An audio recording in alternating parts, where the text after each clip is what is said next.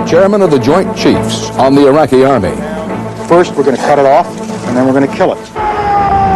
Iraq answers with another round of Scud attacks. This is the CBS Evening News. Dan Rather reporting. Good evening. Saddam Hussein fired another barrage of Scud missiles today. Saudi Arabia and Israel both were targets. U.S. Patriot missiles apparently knocked them all out. No casualties. The war is 1 week old today.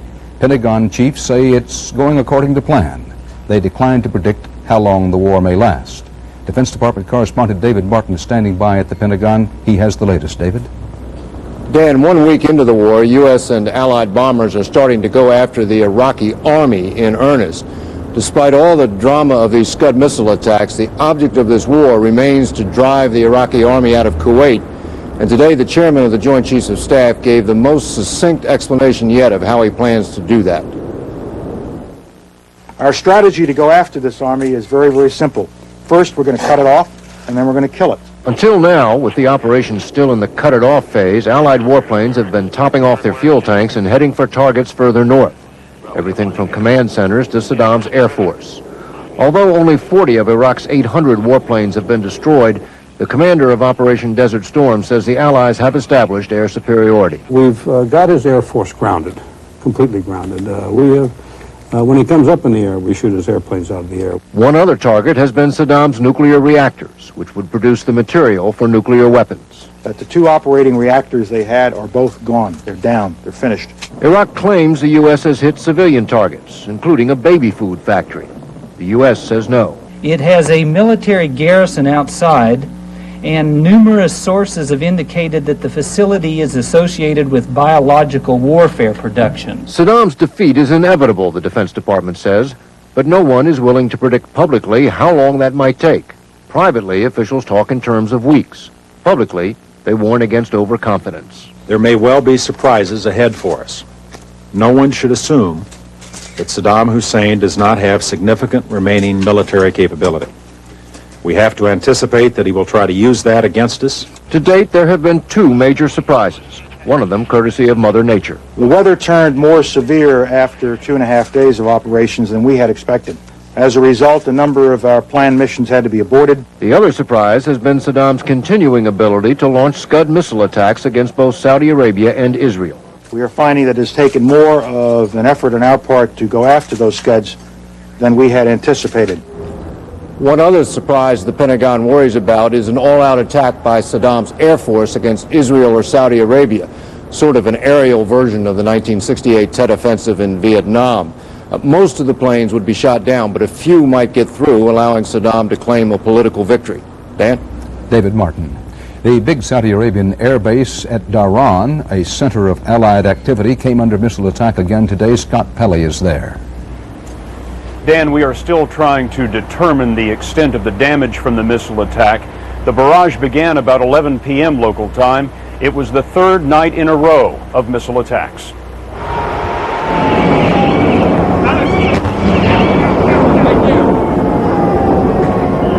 Above Dhahran, missiles exploded and crisscrossed the sky in the worst attack on Saudi Arabia in the week-old war. Here, a U.S. Patriot missile rises to meet an incoming target and detonates above the clouds.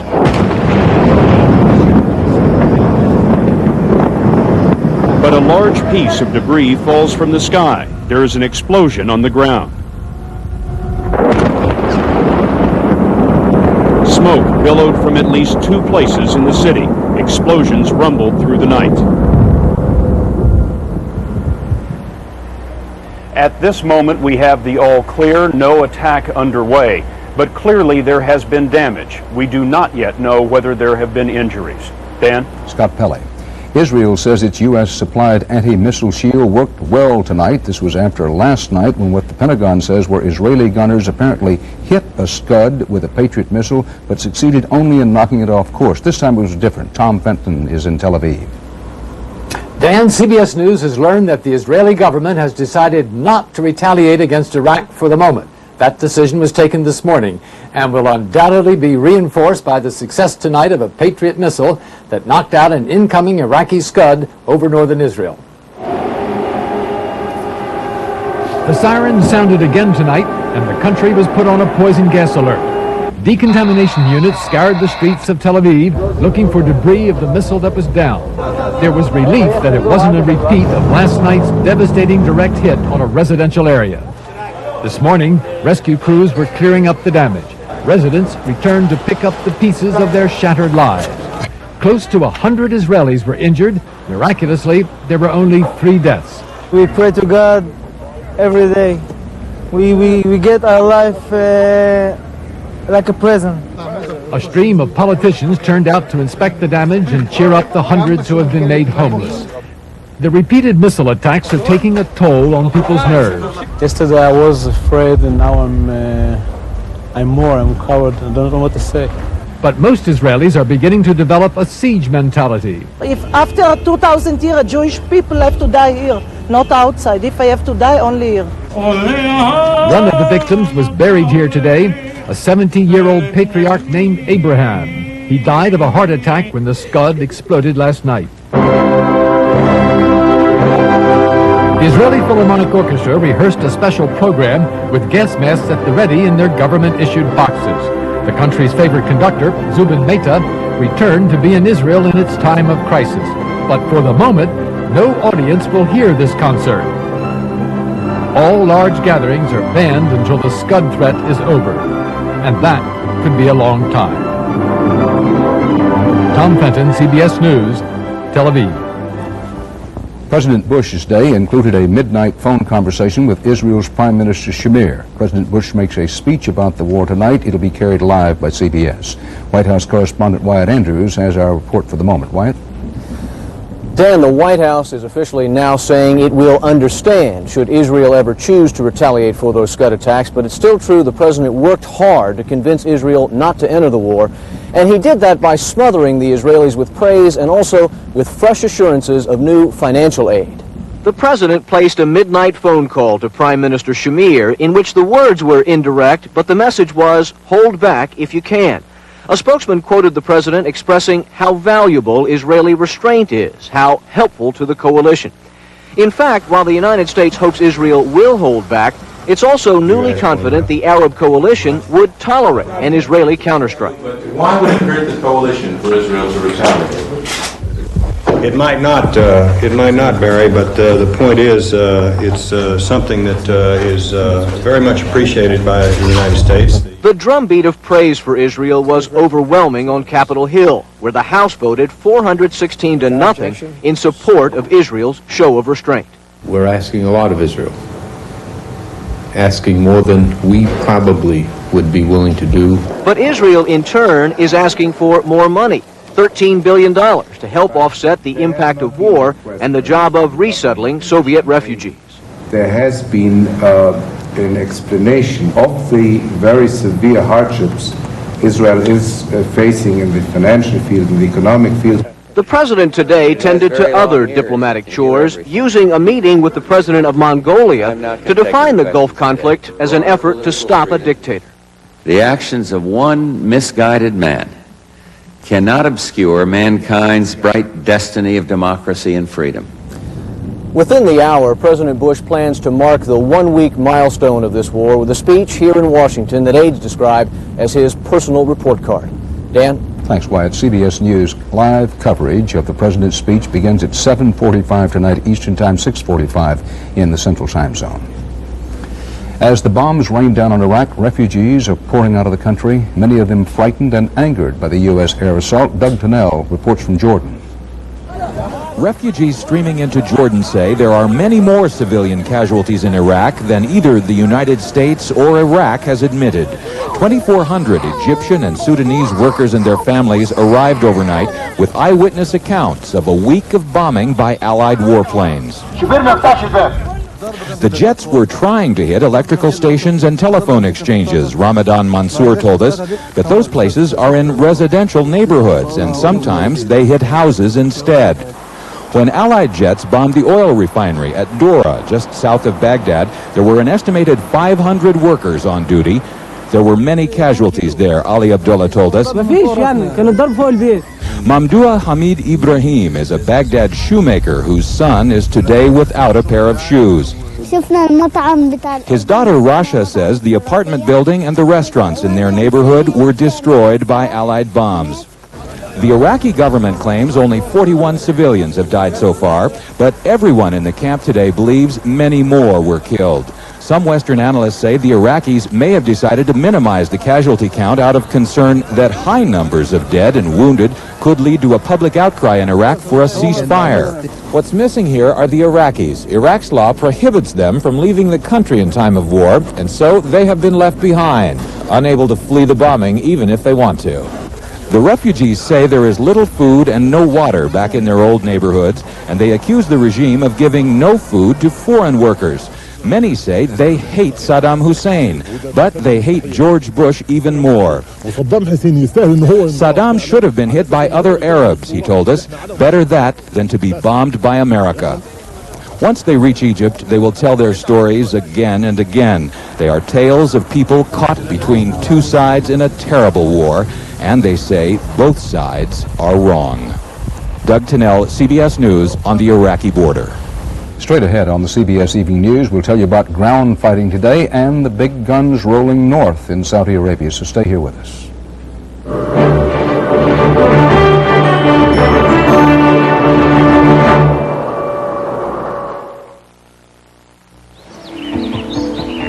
I am a car maker. Making cars friendlier to the environment is something I think about a lot. One answer is more fuel-efficient cars. We're also working on alternative fuels, like our Impact, designed to be the first really practical electric car with enough zip for the California freeways. 25 GM cars today put out the same amount of tailpipe emissions as one car from 1970. Now that's progress.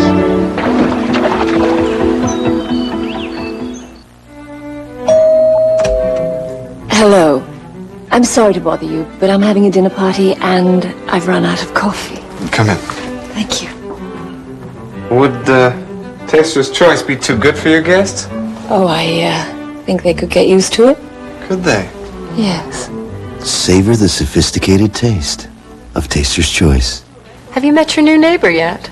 Oh, I've popped in for coffee. Quaker Oat Squares. You're gonna love them from square one. Love that crunch. Love the toasty taste. Love the touch of brown sugar. Surprise! Quaker Oat Squares. You're gonna love them from square one. You know, that sign wasn't up there for more than a couple, 3 days. And bingo. I've never seen a house move so fast. I've never seen a real estate outfit move so fast.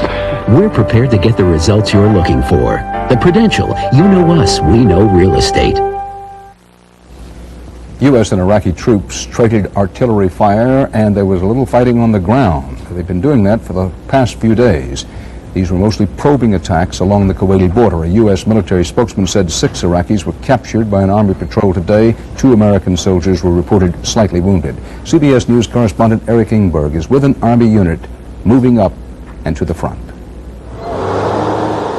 One by one, the units of the American Army are pulling out of their rear bases and moving forward to new positions where a ground war could be launched. For days now, the few available roads have been thick with U.S. convoys, all heading the same way, north. For the 3rd Battalion of the 8th Field Artillery, called the Thunderbolts, the big move began at nightfall at the desert base that has been their home for 5 months. The trip north will take an entire day. There is an impromptu send-off. A lone American soldier, one of those who will stay behind, runs the length of the entire column carrying a flag.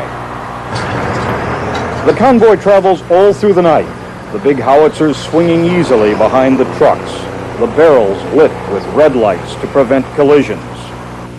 23 hours of travel brings them to their new base. Its exact location can't be revealed for security reasons, but we can say that if this unit has to engage the Iraqis, it won't have far to go. We're in great shape. We've got where we need to be on personnel and equipment. Ammunition is aboard. We're ready to do the job we've been asked to do. The Thunderbolts spread out across rocky terrain that resembles more moonscape than desert. If the order to launch a ground attack comes, they know that their next move will probably be into combat. The 3rd Battalion's 155mm howitzers can throw a withering steel barrage to clear the way for infantry. Charge 7 white Charge bag. 7 white bag. But now, here at the secret assembly area, the guns and trucks are designed to look like harmless lumps on the sand. There are signs all around the newly arrived Thunderbolts that they are just one part of a massive buildup. Eric Engberg with U.S. forces in Saudi Arabia. Soviet troops with automatic weapons took over a newspaper warehouse in Lithuania today. They were accompanied by Communist Party officials who said the building belonged to the Communist Party and that they were reclaiming it.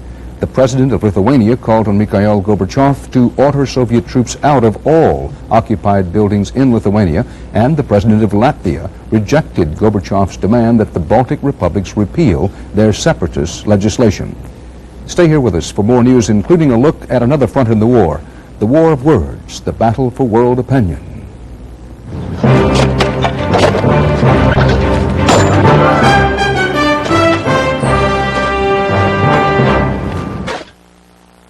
It was a dumb argument.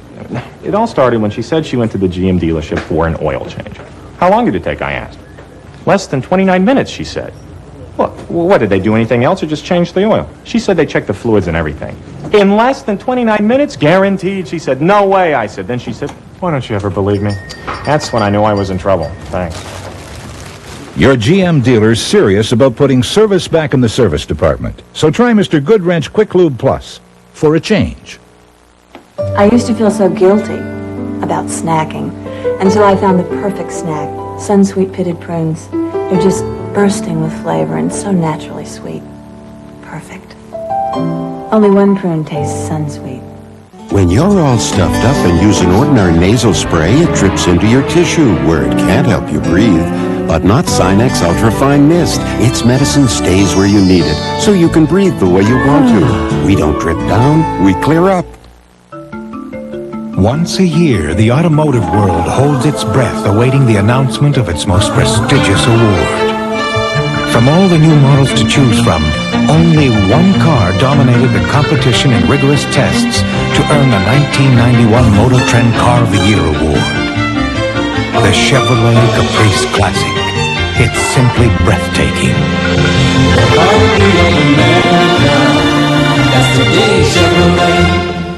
Americans at war, a battle on the home front against fear, against terror, and against ourselves. A special edition of 48 Hours tonight. Many questions remain about how the war is going, where it is going, and to what end. The lack of information goes far beyond the bad weather the Pentagon says is hampering an accurate assessment of the air attacks. There's also censorship on all sides of the battle lines. It affects what you see and what you don't see, what you're allowed to know and not allowed to know, and in part is aimed directly at manipulating what you think about the war. Mark Phillips has prepared this report. Thus far, most of this war has been fought in the skies over Kuwait and Iraq. But there's another battleground, in the military briefing rooms and on TV screens around the world. Both sides fighting an information, a propaganda war. It's long been said that the first casualty of war is truth, but this war is special. This war has become one in which the public is being drowned in information. To be able to watch 24 hours a day what's going on, and yet at the same time not actually learn anything, must be pretty unique. Today's Pentagon briefing seemed at least partially designed to counter criticism that detailed knowledge about the success or failure of the battle has been a closely guarded secret. Still, Joint Chiefs Chairman Colin Powell's reference to drawings of bomb damage seemed to illustrate the problem. I've laundered them so you can't really tell what I'm talking about because I don't want the Iraqis to know what I'm talking about. But trust me, trust me. There are good reasons for the military to be careful. If it describes some targets as not destroyed, it's as good as telling the Iraqis we'll be back to finish the job, and they'll be ready. If the press says a Navy pilot is down, they'll be looking for our rescue operation. If reporters announce where an Iraqi Scud landed, they can adjust their aim next time. You, the members of the press, have to understand that first and foremost, we must safeguard the security of future operations to protect the lives of those who will be asked to carry them out. But many are arguing that other harmless information is not being provided, that too often the briefings sound like this. I don't have any information on that report. I can't comment on that at this point. I'd have to refer you to the Saudis. What some see is the natural conflict between military requirements and the public's right to know how the war is being carried out in its name. It's the way we operate as journalists to be skeptical of what the government tells us, to ask for the proof.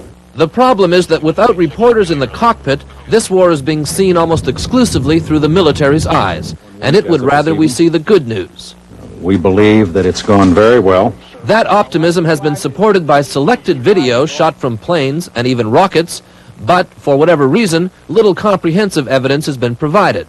The Iraqis, in their own unsubtle way, are feeding the world their own propaganda. Pictures of bruised prisoners designed to shake the resolve of an enemy they feel really hasn't got the stomach for this war. It makes the Allied military all the more cautious. The military's got very good reason to be afraid of the media, and one of the main reasons is that if the truth comes out, as it did in Vietnam, then it can sap the public will at home to continue the fight. So some scenes from previous wars will not be repeated in this one. No pictures will be permitted this time of returning bodies. President Bush has promised that this war would not be another Vietnam, and he's holding to that promise, not only in the way the war is being fought, but in how it's being portrayed. Mark Phillips, CBS News, Washington. Texaco today became the third major United States oil company to announce a big jump in profits because of the Persian Gulf crisis and the war. Texaco said its fourth quarter profits jumped 35%. Mobil and Amoco announced large profit increases earlier this week. It is virtually impossible to get an official estimate of what the war is costing. U.S. Treasury Secretary Nicholas Brady told Congress today that President Bush needs almost $80 billion more this year for the taxpayer bailout of ruined savings and loans. Brady said unless Congress approves some money, the bailout would have to be suspended March 1.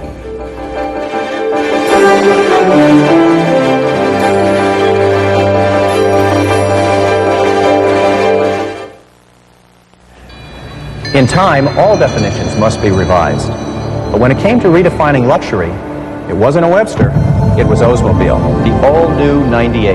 Now you can have anti-lock brakes, fuel-efficient power, computerized suspension, technology found in cars costing thousands more, which by my definition could be the greatest luxury of all. And you can always take a Webster at his word. This is the new 98, luxury redefined. Generation Bubbles. I get this awful sinus pain. These sinus pain formulas all made news in the 80s. They all have the same medicine. Today's news is Dristan Sinus, the only sinus medicine with ibuprofen. It relieves my sinus pain wherever it strikes. New Dristan Sinus. Now's the time for Centrum Silver, because you're over 50 and you're out there swinging. Centrum Silver, a complete vitamin formula for your changing nutritional needs. Centrum Silver, it's a great time to be silver. In art, matters of taste are often subjective. But in life, good taste is well defined. Fancy Feast gourmet cat food. In the bold single-serving can. Exceptionally moist, uniquely delicious. For a gourmet taste to satisfy even the most discriminating connoisseurs. Fancy Feast. Good taste is easy to recognize. It's been exactly 1 week since the United States and its allies opened the counterattack against Iraq for its invasion of Kuwait. Just 1 week. Most Americans do not have a relative in the armed forces in the Gulf. There are no war-caused shortages in this country, no rationing of gasoline or food. But in this past week, the Persian Gulf War has become part of the American way of life. Bruce Morton has a report. Air raid sirens, citizens racing for shelter. It's been all over the news, local, national. Programming is busy. Would you like to hold? But here at KIRO TV in Seattle, they've had hundreds of phone calls asking them to go back to regular programming. Same thing at KCOP-TV Los Angeles. You find that people's interests are really maybe in entertainment or at this particular point wanting a relief from all the sorrows of war. But the war is on the regular programs too, as in this episode from the series Major Dad. Can we keep it up all the time? No, honey. We'll take it down as soon as all the Americans get back home. Hopefully that'll be real soon. The Super Bowl is going ahead, but not quite as planned. Lots more security. This looks more like an airport than a stadium. And the players are thinking about the game and the war. What can you do? You try not to think about it, although you do. we're keeping up on it, but it just comes to a point that you have to walk on the field and say, forget it, you can't do anything about it. Same feeling at this sports bar in New York. At this point, the news is so full of the war that people need a little break now and then. On the beach at Miami Beach, people are on vacation, but it's not like any other vacation. The only thing I watch now is the news. On the radio, listen to the radio, and I just cannot wait till it's over. Life goes on, but the war keeps making a difference. In Milwaukee, Kelly Colvin had a baby last week, Kevin Jr. But Kevin Sr. is serving in the Gulf, and she doesn't know if the word has reached him yet. I'm hurt. I cry a lot. I don't know his whereabouts. It's hard. At this map store, they can't keep the Middle East in stock. And now we're ordering 200, 300 maps, and we can't keep those in stock. The January sales are on. This is a mall in Washington's Virginia suburbs, but it's different. Well, you just have to get back to normal. I mean, you can't just watch everything all the time. It's too upsetting. Everybody in my household is getting very nervous that this is going to go on and on. Americans are working and vacationing and getting ready for the big football game. They are getting on with their everyday lives.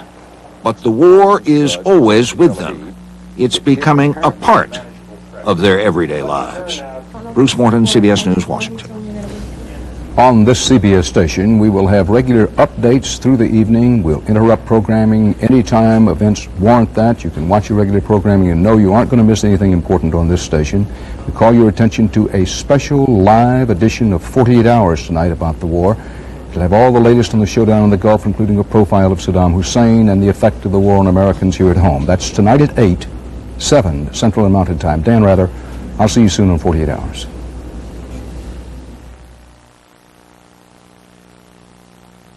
Kellogg's Cracklin' Oat Bran. So crunchy, sweet, and irresistible, it's gotten you in trouble again.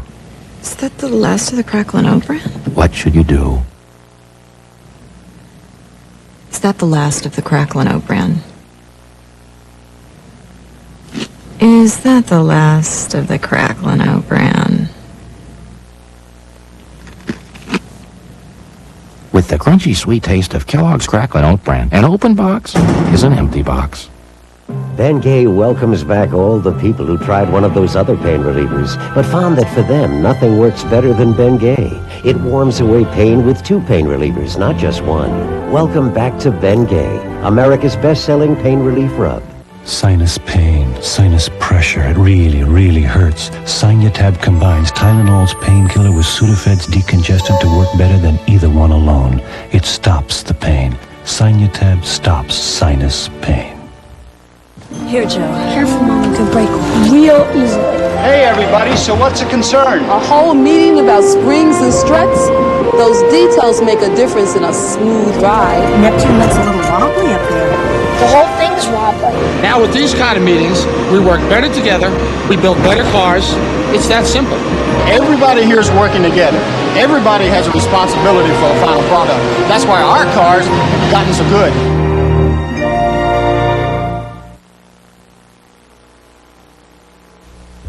The war in the Gulf continues. Stay with CBS News. I'm Steve Crowley. Coming up, Recession 91, Facing Facts with the Clausens. They got their lives back on track by controlling their spending. Good evening, I'm Vicki Yates. And I'm Bud Hedinger. Coming up next on News Channel 5, 6 o'clock report. I'm Shirley Washington reporting from Fort Campbell, where officials explain how soldiers in the 101st got injured in an accident. We'll look at what the tightened security at the airport may mean to you. And what's best to send to the troops on war duty. Those stories, good news on the gas gauge, and a very young musician. The 6 o'clock report is next. Join us. What would you expect to pay for a stylish rear-wheel drive, full-size luxury car with standard features like 4